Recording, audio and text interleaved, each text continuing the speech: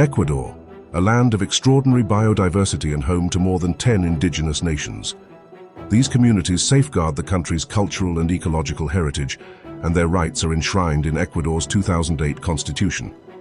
Yet today, those very rights stand under threat, caught between environmental destruction, political negligence, and economic dependency. In August 2023, Ecuador made history. Nearly 60% of voters approved the HRIUI referendum, demanding an end to oil extraction inside one of the planet's most biodiverse regions, HRIUI National Park, home to the Tagaeri and Taromanane peoples who live in voluntary isolation. But soon after, the government began to retreat from its promise.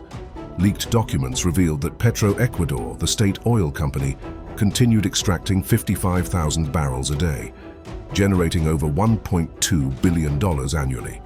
And in a leaked statement, President Guillermo Lasso declared, "Implementing the people's vote is impossible."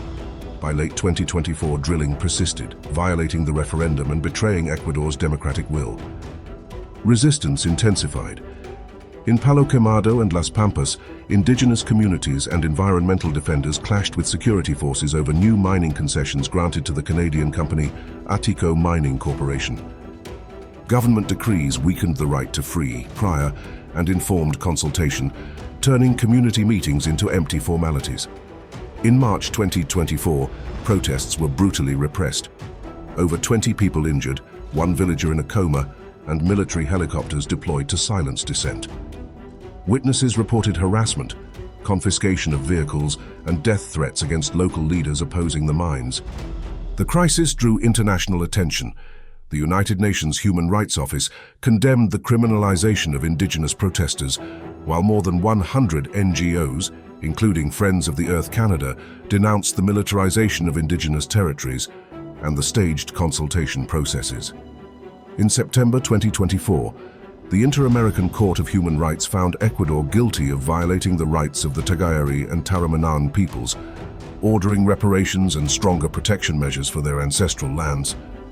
Ecuador's story reveals a deeper contradiction: a constitution that guarantees indigenous rights, and a state that undermines them through economic dependence on oil and minerals.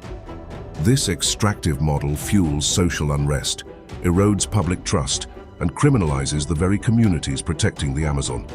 True progress requires more than legal promises. It demands genuine consultation, accountability for corporations, and respect for indigenous self-determination, the only path towards sustainable and just development. Ecuador's indigenous peoples are not fighting against development. They are fighting for the right to exist, to breathe, and to be heard.